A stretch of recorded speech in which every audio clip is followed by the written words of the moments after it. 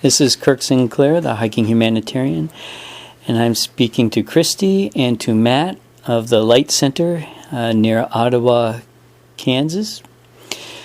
It's a fascinating place, and so we're here to learn a little bit more about it. I have a few questions. First is, what is this Light Center, and what does it mainly do? I'll give a history. How about that? Robin Goff is the person who owns this property. She bought it from a pot farmer who got busted about 12 or 15 years ago.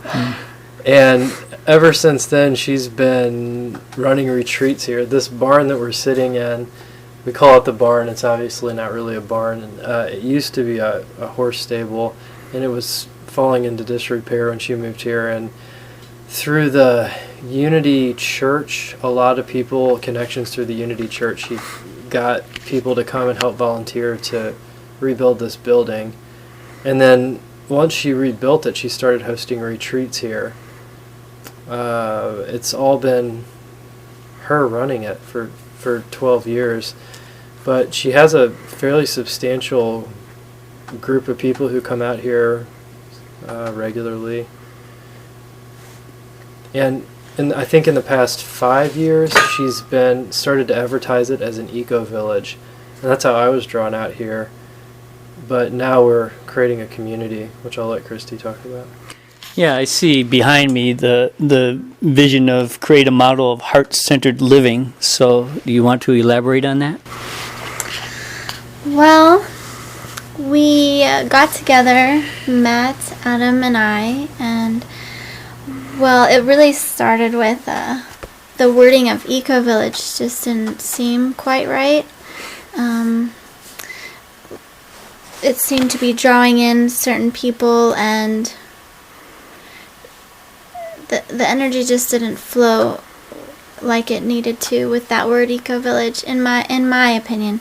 And so we sat down, and Matt taught us kind of how to communicate, and he's been doing a lot of work with nonviolent communications and stuff. So with that process, we sat down, the three of us, and really just talked about what community living meant to us. And from that space, we all got to share what we all wanted and what we thought the land wanted and what we thought Robin wanted. And so it formulated into heart-centered living, not an eco-village, meaning we're all going to gather and express ourselves individually and hear each other from a heart space rather than from an ego space, or rather than from, a dominant, controlling space. It just how it flowed those few times we sat and talked, it just came into being heart-centered living. And it really was an amazing process. Continues to be an amazing process. Yeah. We meet every week, and we're still doing this board that you referred to. We're continuing to elaborate on what our values are, what our vision is, what our mission is. That's sort of been established pretty firmly at this point. But the next phase is that we have a house that's opening up. The people who've been renting that are moving out. And none of us live in the house. We all I live in a tiny little cob building right next to the house. But nobody designed the property that I know of, but the property around the house is essentially like a pod of an eco-village, to use that part of the eco-village planning idea. There's a few different buildings, and they all face the main building, which is larger than the smaller satellite buildings.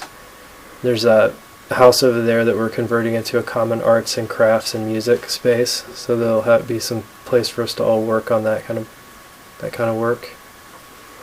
Now, you mentioned the three of you, the two of you plus Adam.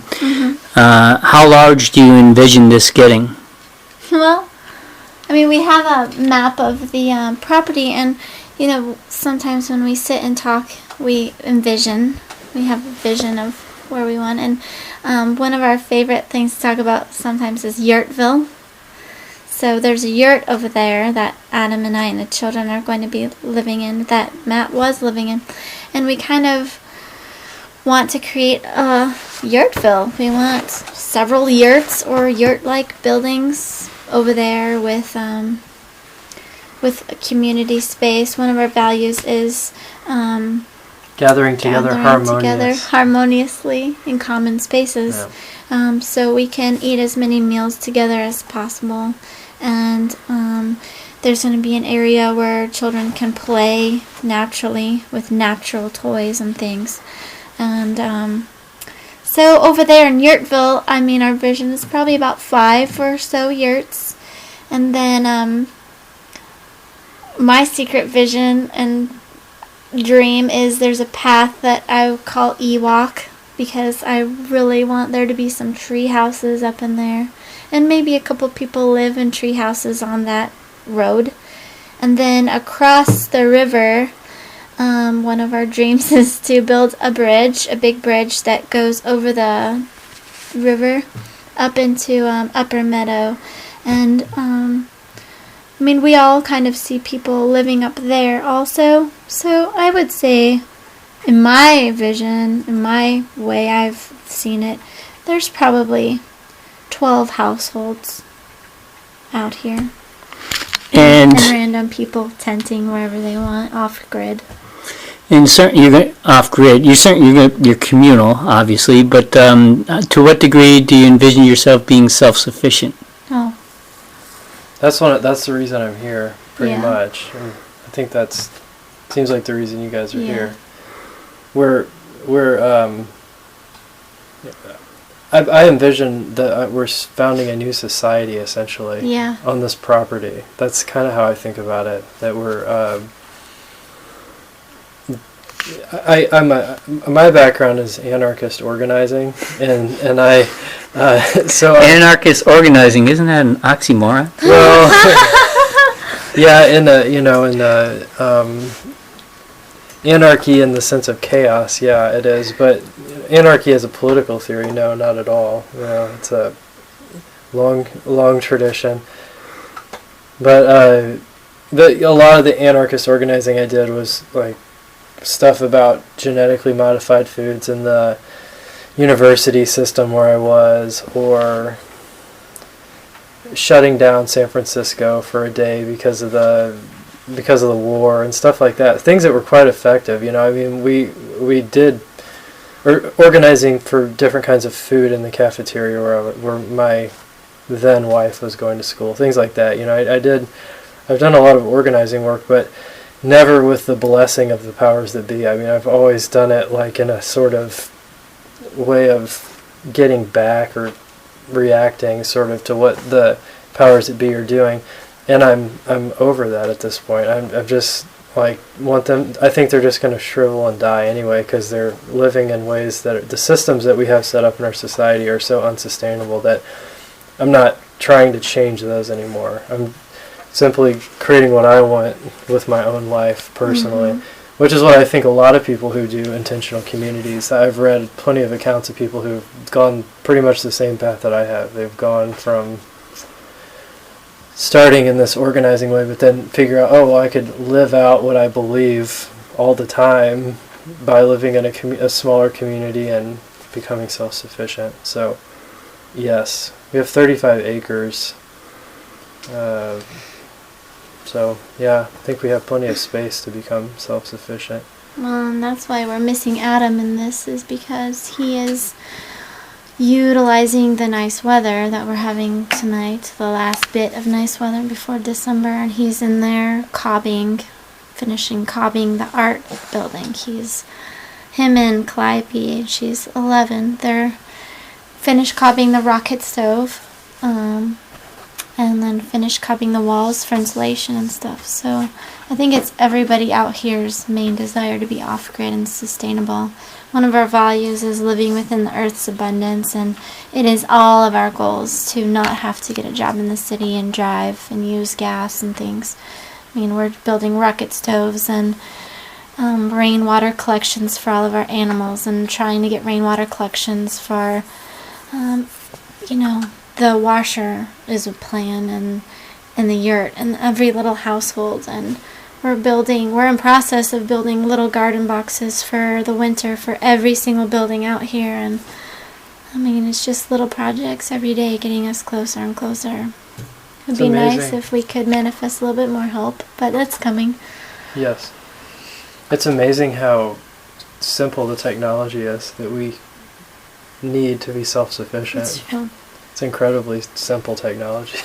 Mm-hmm. Making biochar to filter our water and to put in the garden, collecting rainwater, growing food, milking goats. It's like just pretty basic stuff. Now, how does Love Light tie into your vision? Well, Love Light is a vision not created necessarily by us. It was created by Robin and a group of people. And the basic short story of it is that they go to Africa and they are supporting the Go-Go's. And the Go-Go's are grandmothers, literally grandmothers in Africa, who take care of orphan children. And they create sustainability programs and make arts and crafts things to try to take care of these children and situational events that happen in Africa. So the Light Center really holds the space for Love Light. Robin brings back crafts from Africa to sell within the Light Center, and there's retreats at the Light Center that help spread awareness about Love Light and what the grandmothers are doing in Africa. And the part that I really found fascinating about the whole thing is that Love Light doesn't necessarily go down there and say, okay, we're going to help you with all of these programs and this is what we think you need to do. They really go down there with open hearts, and they're there for the grandmothers and support of the grandmothers. So whatever they need done, if they say they need help with these certain projects, then Love Light is just there to be of service. So that's the short of it. Okay, well, thanks for sharing that with us. Hopefully you'll be an inspiration to a few. Thank you. Yeah, thanks.